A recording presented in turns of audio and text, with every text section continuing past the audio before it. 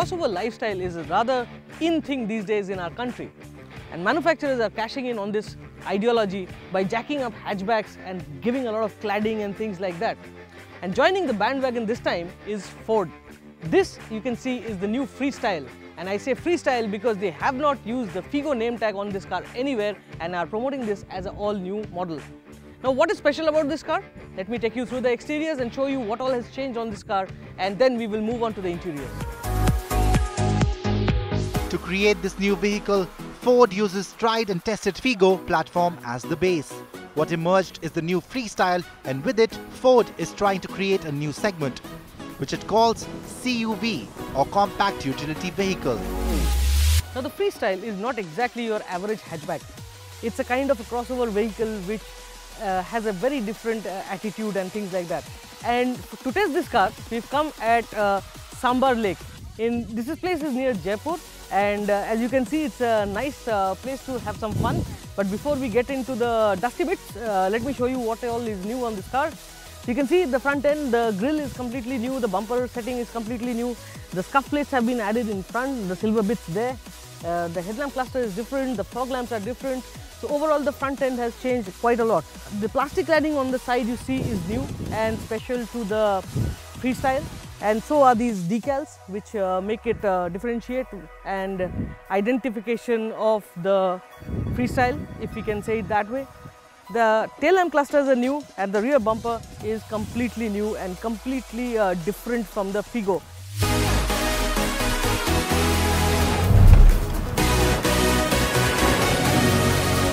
Ground clearance has increased by 16 mm as compared to the Figo, and the number on the Freestyle is 190 mm, which adds to the versatility of the overall package.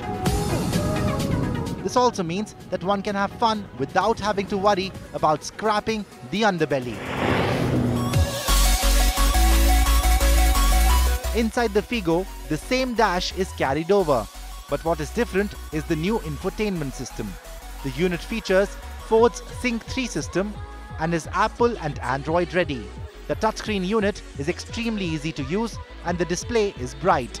The Freestyle also gets automatic climate control, Ford's My Key feature along with automatic lights and wipers. Ford is also offering 6 airbags and traction control on the top of the line Titanium Plus variant. There is plenty of storage bins within the cabin and all of them are easy to access. What could have been better is the quality of plastic used on the dash. Space at the back is good but cannot be referred as best in class. The boot remains identical to the hatch and can take 257 liters of cargo.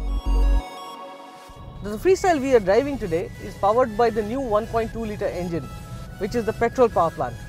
And I'm happy to report that the car feels very pokey on the go. Actually, there's a lot of torque available at lower down in the revs, and this ensures that the need for a gear change is not experienced that much. So that way it's very nice. It's a bit vibey, but it's nothing alarming, let me put it that way. I can speak to you like you can see, and there's barely any noise coming in. But once you go past the higher reaches of the rev counter, that's around 5000 RPM plus, that's where the engine emits a nice sporty tune to it. And that's something which we experience with all petrol engines, and this one's no different. What we need to check is what kind of efficiency it gives, and that we can do only when we get the car for a road test.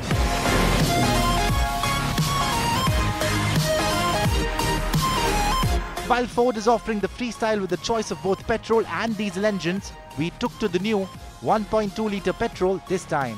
The new engine is a 3-cylinder engine which pumps out 96 bhp and 120 Nm of torque. The motor is also coupled to a new 5-speed manual gearbox. Now it is time to see how this new Dragon performs. The other fun bit of driving any Ford car is the way the car handles and rides. And I'm very glad that the philosophy of a nice handling package has been retained in the Freestyle. The setup is a bit stiff, but yet it's very absorbent. And on bad patches, especially those mud ruts and all, this car just screams it out. It's so comfortable inside the cabin. Adding to it is the way this car handles. Around corners, which we experienced some time back, the car was taking out these corners with ease. and the steering just makes it a complete package. Say for example, you know exactly where the wheels are and you can cut a corner and enjoy driving this car.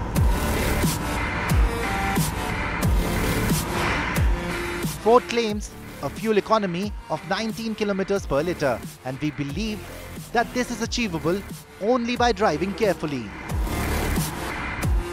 The gearbox slots in without fuss and the cogs are easy to find.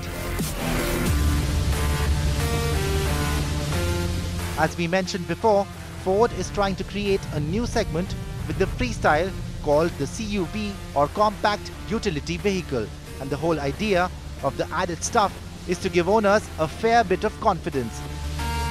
So we drove to Sambar Lake in Rajasthan to check out how the car fared. Being a standard front-wheel drive hatch, it will be wrong to expect the Freestyle to go rock crawling. However, on this dry lake bed, the Freestyle proved to be damn good fun. With the traction control on, the car remained stable and refused to budge off its line.